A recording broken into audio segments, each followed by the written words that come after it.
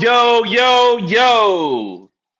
Welcome to the first episode of Court Cork. I've been talking this up for years, man, and I'm glad to finally be here with you. It's your boy B Saunders. This is episode 0, the original pour. Get you a glass of Zinfandel and watch this magic on the way. Nah, I'm just kidding, but I appreciate everybody for tuning in. Um, Obviously, I have a journalism background.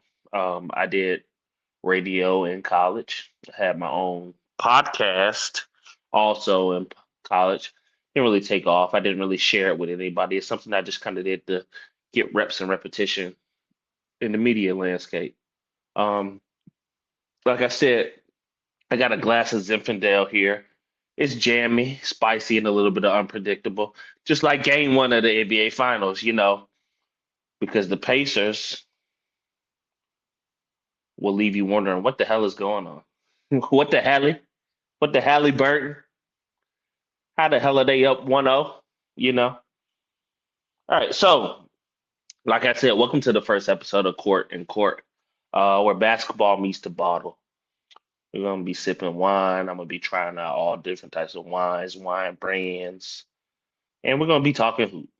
And when I say talking hoop, we're gonna talk actual basketball, not about who's the GOAT, who's a fraud, who's a fake demon, who has aura.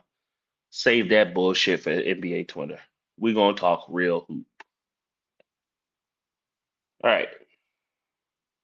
This podcast is obviously about the love of the game of basketball, the rhythm of it, the chaos of it, the stories that swirl around every possession. And honestly, I think basketball conversations deserve more of that. There's too much of the other stuff. Less yelling, more storytelling. And that's why I'm here. And why can't we do that with a glass of wine? Like I said, this kind of originated 4 years ago when I was living in Philadelphia. I love to frequent the winery in Center City called City Winery. And one day, after a couple glasses, I was like, man, what if me and some of my boys got together, had some wine, and talked some shop about hoop? And we just sat down, watch a game, or just talk about what's going on in the league and have a couple glasses of wine. Why couldn't we do that? And it was a well-received idea too. I just never put it to fruition. Um, and I had some time this year to kind of sit down and brainstorm what it would look like if I was to jump on this idea, um, do some stuff around, and started brainstorming. And I was like, we're in the playoffs now. Why not start it when the NBA Finals start?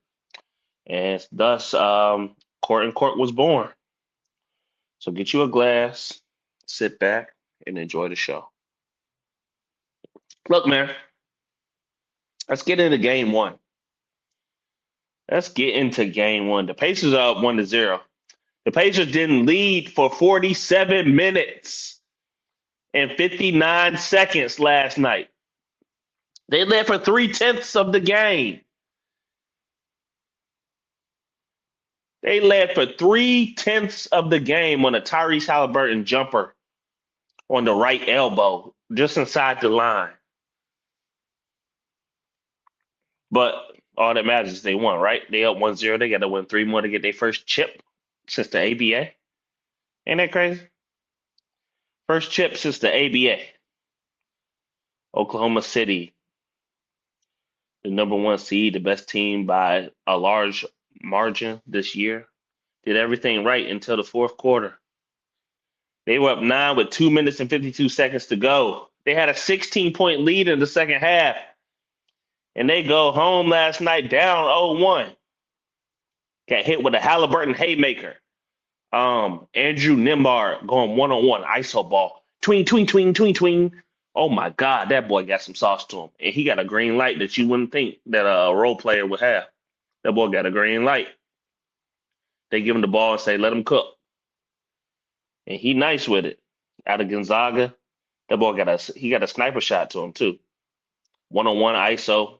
He can get his bag, kick it to him in the corner off of some motion offense, drag screens, cash.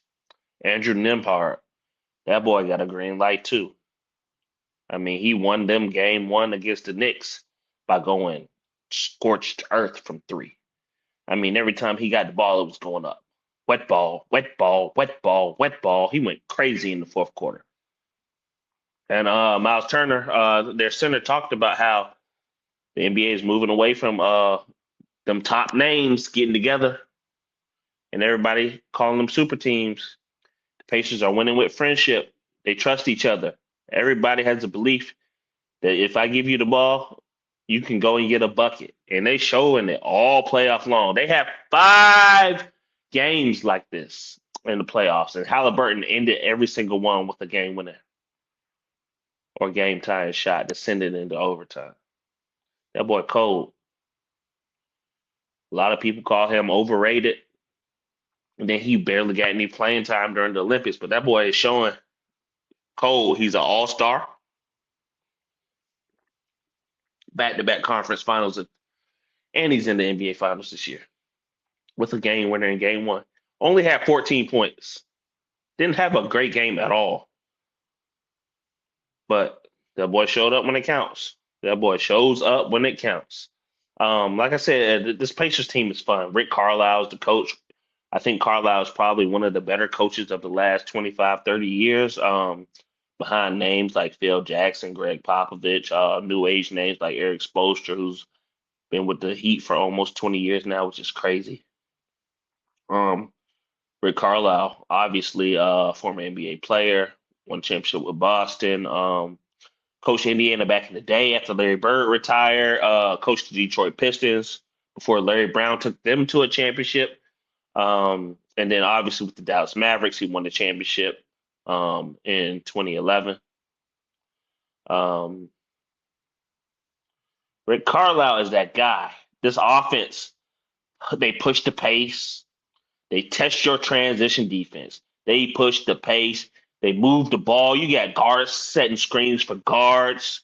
Then you get the back drag screens. They doing some stuff, man. They are doing some stuff. I had some friends in the group chat talking about how the Pacers ain't one of them teams that anybody wants to see and how they suck. They sat in that 4th seed for most of the year. I had some boys talking all that nonsense. The Pacers got one of the best offenses in the league, though. They were losing early in the season, but hey, man, since January, them boys right behind OKC, 42 and 15, I believe, since January 1st. Them boys humming, and that's why they in the finals, man. You got Halliburton, you got Nembhard, you got Neesmith, Miles Turner, you got Benedict Mathurin. You even got Thomas Bryant coming off the bench. In the game 6 against the Knicks, that boy hitting corner threes. I'm like, somebody get a look at this. The boy had them linen Jordan 10s last night. This boy wearing 20-year-old Jordans out there cooking. You know you're in a bad when you pull out some shoes that's almost as old as you. That boy had some 20-year-old sneaks on out there hooping. But the Pacers is fun, man. I don't know what happened to OKC last night. Shea put on a master class. He shot 14 to 30 from the field, 7 to 8 from the free throw line, was getting to his spots. He's a slow and methodical, I'm not going to let you speed me up type of guard. And that boy was getting anywhere he wanted last night. I mean, the mid-range was working. The floater was working. He's getting to the cup. He hitting threes. The three he hit with 7/10 of a second left at the end of the third quarter, after the Pacers hit a three to cut it to 6, and he came right back down. Didn't even look at anybody else. He just went on the left elbow. Ha ha ha ha. That boy, he don't even jump when he shoot. His feet come up a little bit in the air, but that boy just he got a little set shot with it. That boy got the be cooking, man. Shea is nice.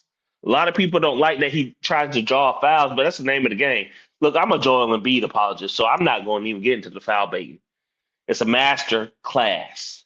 Like, everybody can't do it, but if you can do it, and you can master getting to the free throw line, why not? Yeah, it slows the game down, it slows the pace. Nobody wants to see a bunch of free throws, but hey, man, these boys making millions of dollars to win. They're not worried about viewership and none of that. They're trying to win. They're trying to get any advantage to win. So if I can dictate foul calls and get to the line where I know I'm getting an easy shot, why not? Why not? It's just a crazy game, man. And I had a question for myself last night. I was like, did the Pacers win this game or did the Thunder hand it over? Like, what happened? Like, do the Pacers actually have confidence and hope? Like, everybody says they has confidence and hope. But if you're losing by 15 points for most of the game, do you really still have confidence? Or you like, damn, we got to figure this out. We got to go back to the drawing board. Then all of a sudden, it's a 9-point game. Then it's a 5-point game. Then it's a 3-point game. Then you are down one with the ball with 9 seconds off a rebound, and your best player has the ball. And the next thing you know, you up by one with 3/10 of a second left. So you go from, I don't know, to, hey, man, we played like shit and we won this game. So if we play at our best, like I've always wondered how that goes. Like you getting outmanned the whole game, and then you come back and win. Like, what's your confidence level at? Like, we shouldn't have won that, or is it like, hey man, we did not play our best, and here we are with a 1-game lead in the finals. We need 3 more, and we partying all summer long. You know what I'm saying? Like, how your confidence level? Where you at with that? How do you actually feel after a game that you had no business winning? Is it like relief? Like shit, they ain't even seen nothing yet. Like the Pacers had 24 turnovers, man. Nobody scored 20 points for them, and they won. They were down 15 in the fourth quarter, 9 with 2:52 left, and the boys came out and won the game. Like, what's your confidence level? Like, is it like, man, they had us struggling, and then they let their foot off the gas, or is it like, hey, man, they don't want to see us at our best? Like, where is it at? All right, man. Game 2 is on Sunday night at 8 o'clock instead of 8:30. Y'all remember the games should start at 9 o'clock? Why is it so late, bro? Like, we want to see the game. Like, we're waiting all day. Well, hey, man, we'll see you on Sunday night. I'm really looking forward to see. Is Chet Holmgren going to step up? Hey, Lou Dort was a monster. That boy was all over the place. Back tips for second chance opportunities, offensive rebounds, steals, deflections. When they say that guy is a hustle guy, he is a ultimate hustle guy. That's one of them dudes that you want on your team, but you hate when he going against. He was everywhere last night. Thunder gonna need everybody else to step up. Jalen Williams, aka J Dub, he had a solid game last night. But what about Chet Holmgren? 6 points. You walking into the game with your pants sagging off your ass like that, you gotta come to play. You doing all that cosplaying, bro. You gotta come to play. 6 points. You gotta come to play, bro. We'll see, man. Like I said, Halliburton with 14 points. Siakam led the team with 19, and they won. Your two All-Stars combined for less than 40 points, and you won in the NBA Finals. All right, man. Segment 2 for you. Do NBA fans even like basketball anymore, man? Look, leading up to the NBA Finals, we talked about nobody. All I heard was, we don't want to see this. What a matchup. Nobody cares about either of these teams. Hey, man, y'all want to watch some good ball or not? You got OKC, 68 wins, won the West by 16 games. You look at the stats, they had one of the best defenses of all time. Their point differential was insane. They got the MVP and Shea Gilgeous-Alexander and so much young talent. So much young talent. So many lottery picks coming together, and they had the best record in the league. Then you got the Pacers. Like I said, that offense is something, man. They move the ball. It's not a bunch of ISOs. Everybody touches the ball. They're moving, they're screening, they're setting double screens. It's just beautiful to see. They run fast break. They high pace offense. One of the highest paces in the playoffs in the last 30 years, ESPN said. Like, do you like good basketball or do you just like to hear the names that you want to hear playing? Like somebody said, we went from the Cleveland Cavaliers and Golden State Warriors to this. But brother, I got news for you. Don't nobody want to see no more of that shit. That was the worst 4 years of basketball in the NBA Finals. The first year, Cleveland went up 2-1, and then they didn't win another game. Golden State dominated. Now, that game when Steph went crazy on Dellavedova and had that boy needing to go to the ICU, oh, yeah, that was quality hoop. But Cleveland was outmatched without Kevin Love and Kyrie Irving. They were outmatched in 2016 when they won. They lost the first two games. I think Cleveland was down by like 30 something in game two. I remember we were at the Anderson .Paak concert at the Scope in North Virginia. And I'm looking at the score because you know me, I'm going to look at the score. I don't care where I'm at. I'm looking, I'm like, damn, they about to get swept because they was getting stopped. They couldn't do anything with Golden State. Golden State, rightfully so, they had won 73 games that year. So they looked like the best team in the league. And then Cleveland won game three. Then they lost game four, and you like, see, man, they just not ready for that. Then LeBron and Kyrie went unstoppable, each scoring 41 in game five. Then game six, Bron hit 41 again. Then game seven, woo, Kyrie with the three over Steph. Blocked by James. I mean, that was a hell of a sequence now. That was a hell of a sequence now. That was a great series. Then the next year, KD entered the equation. Cleveland down 0-3. I was in Puerto Rico for game three. We watching that at the Airbnb. Cleveland couldn't hit a three down the stretch. J.R. Smith, clank. Kyle Korver, clank. KD said, watch this. In your eye, Bron. In your eye, Bron. They was up 3-0. Then they got swept in 2018. Kyrie was in Boston. Hey, man, two up-and-coming young teams playing real quality hoop. I'll take that over some big names in a lopsided series every time. Halliburton, Nembhard, Neesmith, Mathurin, Miles Turner, TJ McConnell. Shout out to my Process Sixers Bulldog TJ McConnell. That boy fights. He's going to get you a bucket. He's going to get you some dimes. And he's going to lock up and get you some steals. My boy TJ McConnell been in the league for 10 years, man. Not supposed to be here. Undrafted. He a real bulldog. He going to strap you up and he going to fight to the end of the game. That boy nice. And you got OKC, like I said, you got Shea, J-Dub, Chet, Hartenstein as they vet. You got Caruso as a vet, ultimate champ Caruso. Hello. 2020 Lakers. That's another champ now. You can't disrespect it. You can't disrespect it. This is good hoop, man.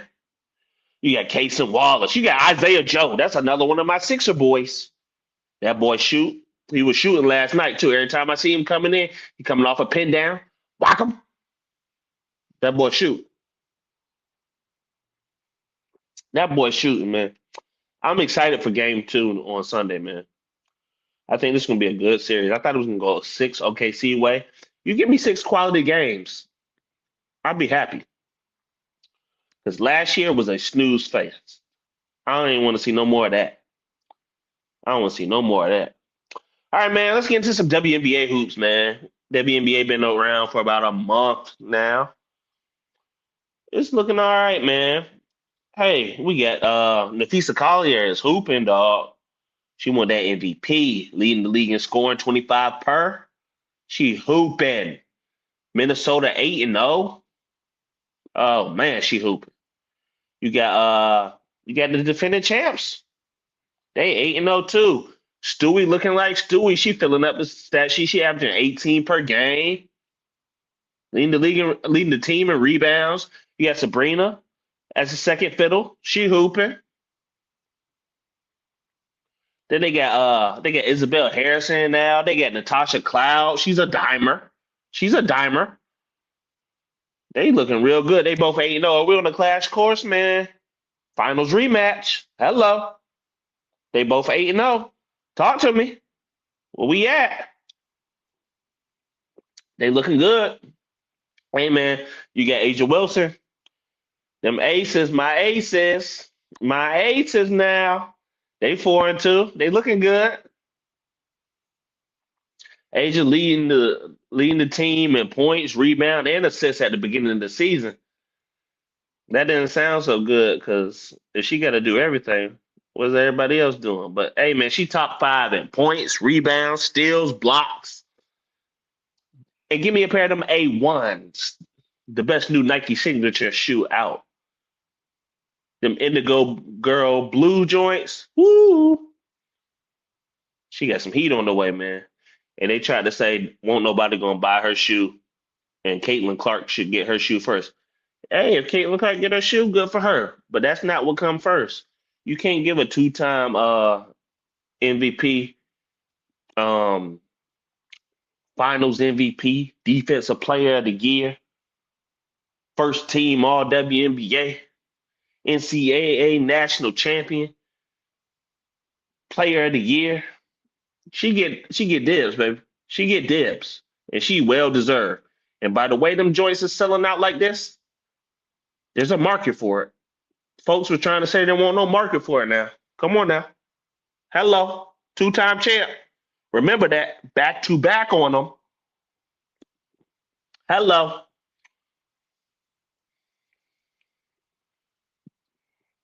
Hey man, but we can't talk about that WNBA without talking about drama, dog. We got Jewel Lloyd. She a champ too. Champ Lloyd, former Seattle Storm, now the lead guard for the Las Vegas Aces. Um, she filed a report that there was a whole bunch of profanity from her former coaching staff directed at her. While there's not a formal investigation going on, the WNBA is reviewing it. The latest incident alleged that staff members used profanity towards the former player when they played the Aces a couple weeks ago. It's the second report since November about the Seattle Storm. And I was wondering why Jewel Lloyd requested a trade. I guess we know now. I guess we know now. I mean, when Unrivaled was going on, she got traded to the Aces. We were like, damn, how they get her? How they manage that? It's starting to come out now. It's starting to come out now. You got to wonder what when Sue Bird finally decided to retire, was she the glue holding all this shit together? Because the Aces, I mean, excuse me, the Storm, for that matter, there's been a lot of drama since then. Been a lot of drama. All right, man. We got to talk about the favorite fake rivalry in the WNBA. You got Caitlin Clark, you got Angel Reese, and how it's not even about basketball, man. Rivalries and hoops are good.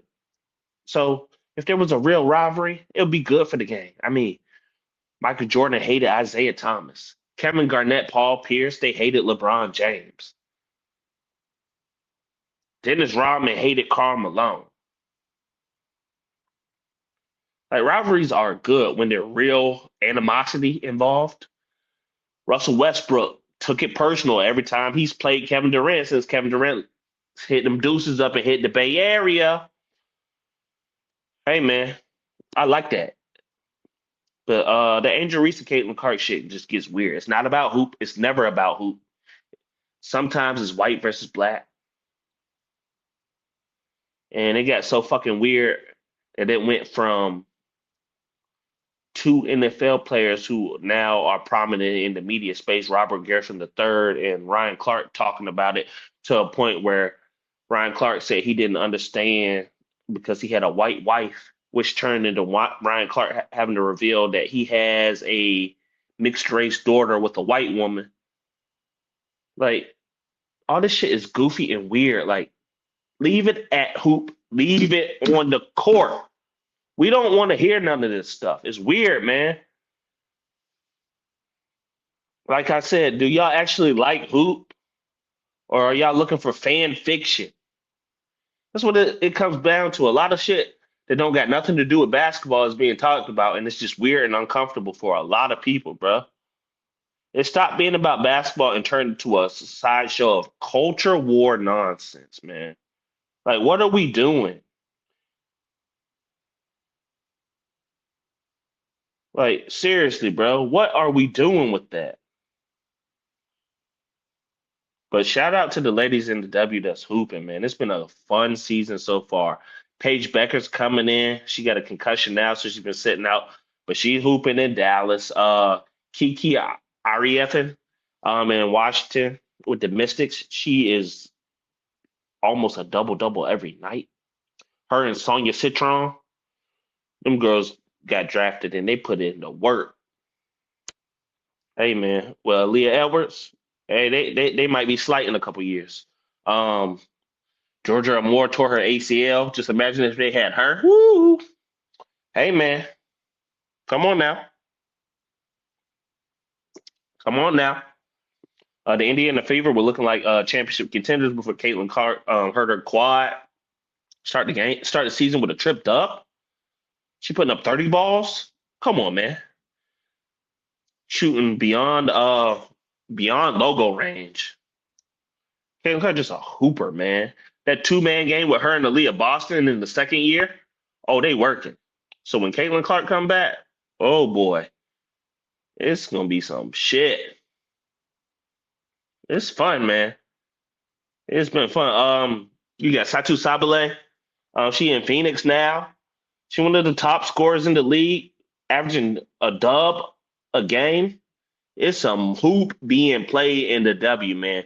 So if you love hoop and you just want to see hoop, and you're not a sexist dude that don't really like women's sports, and you just tuning in to talk shit, if you really like hoop and want to see some good quality hoop, I'm telling y'all, man, it's some shit going down in the WNBA, and it's exciting ball being played. You got the new team, the Golden State Valkyries, Money Kate Martin. She hooping down there. She's doing really well with a real opportunity in her second year. There's some good hoop being played down there, man. So if you really want to see some good hoop, shit, tune in. All right, man. We talked NBA Finals. It's off season for everybody else, all the other 28 teams. So I'm gonna do a little bit of rapid fire about what's next. Cause it's about to get real spicy now.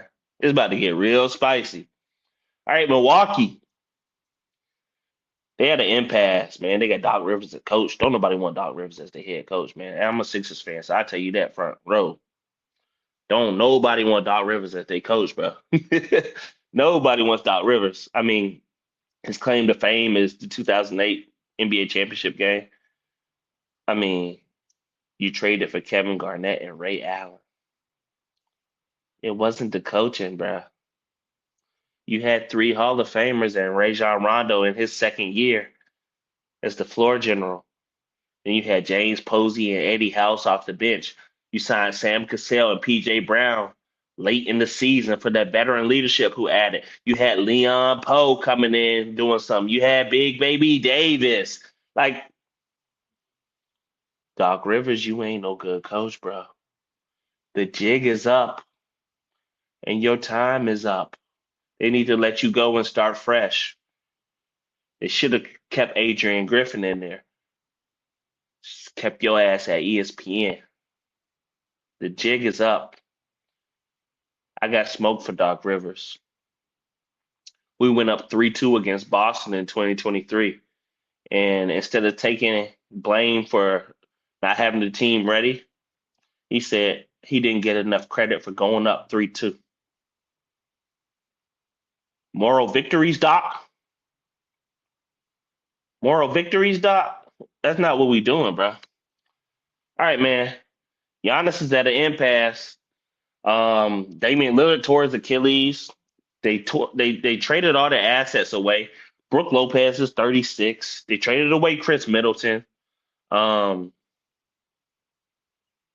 they have no young prospects that are coming up. They got Kyle Kuzma. I said they got Kyle Kuzma, bruh. Like they had an impasse. There's not a lot going on there. It might be time for the Giannis to knock on the GM door and say, "Hey, man, I'll go here, here, here, here. I won you guys a championship. The first one since 1970 with Kareem and Oscar Robertson. I won you guys a championship. I'll either go here, here, here, or here, and I'll help you. You get me where you want to go. I'll help you get a good return. But my time in Milwaukee is up. I'll go here, here, here, or here. These are the teams I want to go to. If you honor that, we got a deal. It might be time for a fresh start. Get all you can get and rebuild. Giannis just turned 30. Let him go somewhere else. What about San Antonio? Woo! Giannis, Wemby, De'Aaron Fox, Castle probably going into trade, but you got Vassell. You got Jeremy Sochan. Yeah. Begrudgingly. You got Champagny. You got some pieces, man. That'll propel San Antonio. They be back. Timmy, Tony, Kawhi, Manu, 2.0. Hello. It might be time. I've even heard about the Knicks being interested in them. Speaking of the Knicks, they got rid of Tom Thibodeau after 5 years. Hey, man, the Knicks were irrelevant most of my childhood, most of my adolescence.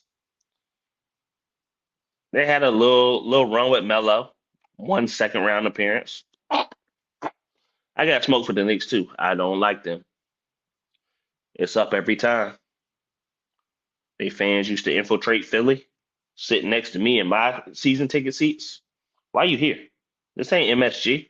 Yeah, I'm not taking over this arena. Because every time you scream, I'm going to scream louder.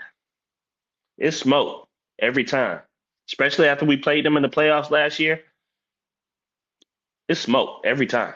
So on that note, they got rid of Tom Thibodeau after 5 years. Thibodeau took them to the Eastern Conference Finals for the first time since the year 2000. So they on the come up. They're the impasse. It's at that point where you need that coach that will take you from the come up to the peak, the mountaintop, the gloriousness. They want the finals. They want to win the finals. So we'll see, man. They got Jalen Brunson. He's a ball dominant ball stopper. He's not a great defender. Becky Hammond did say he's not a 1A guy. He's not going to win you a championship. I think getting to the Eastern Conference Finals is probably his peak. I honestly do. Carlton Towns, a big man with a nice jumper. He's a scorer. He's not a defender. That's always been his game. That's why Minnesota went and got Gobert to kind of say, okay, Rudy, you'll handle defense. Carl, you get us buckets. That got them to the Western Conference Finals for the first time in 20 years last year. Hey, so look at that. 2 years in a row, Carl Towns got teams to the conference finals for the first time in 20 years. Hey, I'm just saying. I don't know if you would trade him for Giannis, but I know there's some interest there from the Knicks. So what did they do? They got a lot to do to figure out coaching wise. I've heard Jason Kidd is in the mix. I wouldn't do that. I wouldn't do that. Jason Kidd is a mediocre coach. He's been fired twice already. He's a hell of a point guard. I'm talking top five. Coach, not so much. He got to Dallas to the finals last year. I think that was more of a mirage. That was Luka Doncic. Um, Found a matchup that he could exploit in Minnesota because they couldn't do shit with the Celtics. It was more of a mirage. We'll see what they do. Whether they go young with some unproven guy getting his first opportunity, or whether they try to steal someone from somewhere else. I don't know. All right, man. Phoenix. We talked about the Spurs and what can propel the Spurs. There's a lot of talk about Kevin Durant and mutual interest between Durant and the San Antonio Spurs. The Phoenix Suns got to blow it up. It's time to blow it up. I mean, they mortgaged their future. They got rid of McCall Bridges now with the Knicks, Cameron Johnson now with the Brooklyn Nets. Two crucial role pieces in their berth in the NBA Finals in 2021. Chris Paul is gone. Chris Paul is 40 now. So, I mean, you had to get what you could for Chris Paul and try to upgrade there. Um, Devin Booker, like, does he want to stay in Phoenix? I mean, they went from the NBA Finals to a first round sweep last year to not even making the playoffs. Like, where do they go from here? Where do they go from here? Bradley Beal. Bradley Beal is one of those guys who has a reputation as a bucket getter and a scorer, but like, if you really look at it, who else was going to shoot with the Washington Wizards? Um, I, I'm a true follower of the 2011 high school basketball class because that's my age. Bradley Beal is my age. Anthony Davis was born the same day as me. Shout out to birthday twin. You know, March 11th, 93. Yeah. But those guys, Michael Kidd, Gilchrist, Marquise Teague, James Michael McAdoo, PJ Hairston. Um, Shout out to the 2011 class, man. We had a class, man. There was some high school hoopers that year, bro. But like, I paid attention to a lot of that because those dudes were my age, and I've kept up with their careers.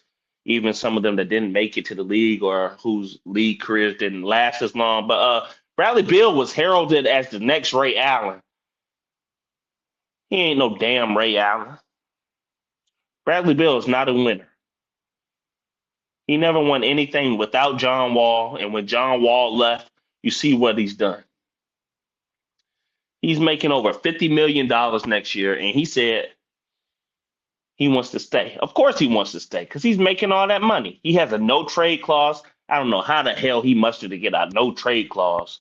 If your name ain't LeBron James or Steph Curry, you shouldn't have a damn no trade clause. And I'm just being honest. If you're not the top of the top, you don't need a goddamn no trade clause because I can send you wherever the hell I want to send you.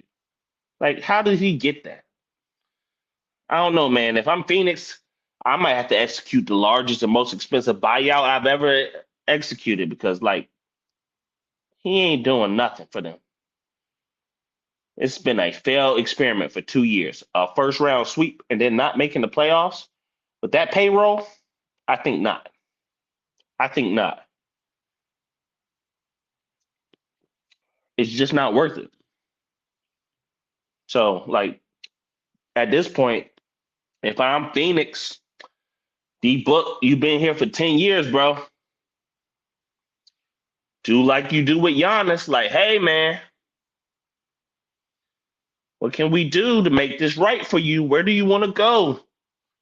We'll send you somewhere where we'll get a great return. We can rebuild again because it just ain't happening, man. They went to the finals. Then they blew the game against the series against Dallas the next year. And it's just been downhill from there. Then they panicked to get Durant and then panicked again to bring in Beal. Three ball stoppers and Booker, Durant, and Beal.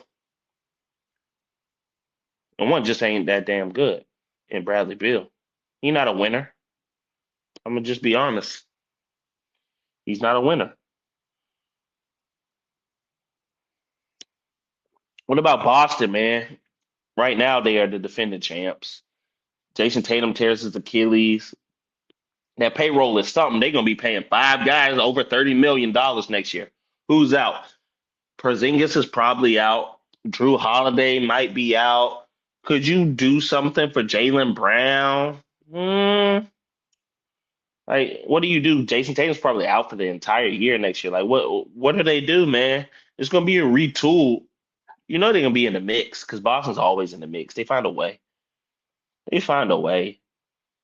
The last 20 years, since they got KG and Ray Allen, they find a way. They in the mix. They struggle for a couple years, then they find a way. Once those dudes were old, Brooklyn traded them all them picks, and look what they done, man. They've been to two finals, man. They've been to four finals since I was in the ninth grade. I'm jealous of it. I hate them. That's another team to smoke with. I hate them. We'll just be honest. I hate them. I hate them. I hate them. I mean, they got us in '02 when we was the defending Eastern Conference Channel Finals champions. They got us in 12. They got us in 18. They got us in 20. They got us in 23. It's smoke. It's up, and I will never root for them. I'm praying for the downfall. I don't want Tatum. I didn't want Tatum to tear his Achilles because I genuinely am a fan of his game. That boy's a bopper. He's a real bopper. But like, it's smoke and it's up. So like, they had an impasse. Shit, the Sixers had an impasse every year. So I love it. Misery loves company. That's what they say, right? Misery loves company. So it's up. Like, what they gonna do? Tatum out for the year. KP probably gone. Drew probably gone. Drew, that's my dog. He was a Sixer. Um, but it's up. It's smoke. Misery loves company, baby. What y'all gonna do? I would love for them to have a down year. I would love for them to have a down year. That would be amazing for me. All right, man. Then we're gonna talk about the Miami Heat, bro. Pat Riley, what you gonna do? It seems you got your five now. You got your five. Khalil Ware is your five. I like that. I like that. That kid is nice. He's a raw talent. He got a little stroke too. He can step out. I've been saying for years, Bam Adebayo was a four. So, hey, man, you got that boy in his natural position. He can hit that little elbow jumper. He can space the floor a little bit. I don't like him shooting threes, to be honest. If you get that elbow 20 to, if you can get that elbow like 15 to like 18 feet, I like that for him. Rebounding in there, you got Ware. So what they gonna do, man? Duncan Robinson. Sometimes he's in the doghouse. Sometimes he's not. Sometimes he's in a DNP. Sometimes he's getting 40 minutes a game. A boy's a shooter. When Hassan Whiteside said, "We got shooters," Duncan Robinson is a shooter. That boy shoots the lights out. That's why that boy went from D3 to the University of Michigan. He got a wet ball on him. What they gonna do, man? They gonna get rid of that boy or what? What's up? Every year he in the trade speculation. What's up? Tyler Hero is another bopper. That boy is a hooper. I'm talking. That boy got game. That boy cooks. I mean, he's also always in the trade speculation, but I think that's your guy. That is your guy. I don't think Bam is that guy, like franchise player. I think Tyler Hero is their franchise player. To be honest, he got his first All Star appearance this year. The boy is a bopper. I'm talking.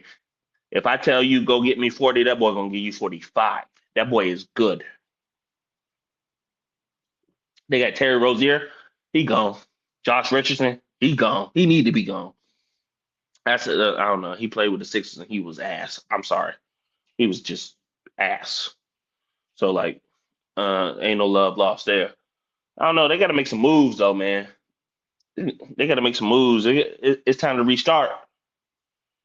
Who's staying and who's going, man? This summer gonna be fun. It's gonna be a lot of movement this summer, man. I think this gonna be one of them summers. All right, man. That's it for episode 0, the first pour, man. Like I said, we've been sipping on that Zinfandel.